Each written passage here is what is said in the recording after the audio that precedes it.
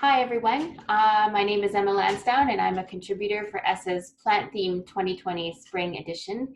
And today I'm going to be talking to you a little bit about my background and about what inspired me to write my piece. So here we go. I'm a horticulturalist by trade.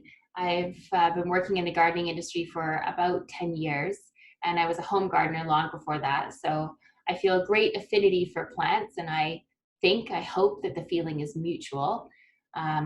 But about 4 years ago, I decided to go to graduate school and I did an MA and now I'm doing a PhD. And I look at the entangled histories of botany and horticulture and colonialism.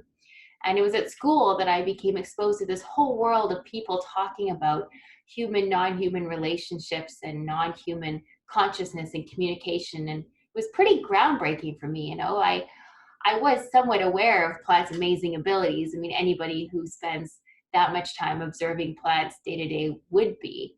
But to actually engage in these academic conversations about human, non-human interactions and non-human abilities brought up all kinds of complicated and kind of uncomfortable questions for me about the kinds of relationships that we have with plants and about my own gardening practices and how I choose to engage with nature day to day. If we open ourselves to acknowledging plant consciousness, and like what kinds of ethical questions might come into play? How does that acknowledgement reconfigure what our relationship with plants might look like? Should it matter? Does it matter? There are great, Indigenous scholars and writers out there who've been talking about this for a long time and who are still trying to talk about this and who are offering us ways forward that I think we should all be engaging with. And I think it's especially important to bring these conversations into the art world now at a time when there seems to be this sort of marked turn towards the vegetal, so to speak, among contemporary conceptual artists in recent years.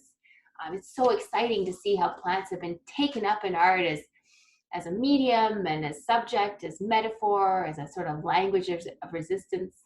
But then thinking about these ongoing debates, and I think it's also important that we take the time to think over the ethics of using plants as vehicles of artistic expression.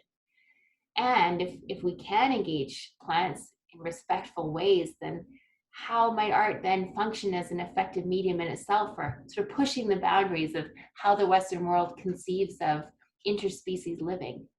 So these are some of the questions that I'm grappling with in my article. And I also talk about some artists that I think are engaging with plants in really meaningful and maybe kind of subversive ways. So I hope you enjoy reading it. And I hope that you're also left reconsidering the merits of our vegetal friends. Thanks so much for listening and stay safe.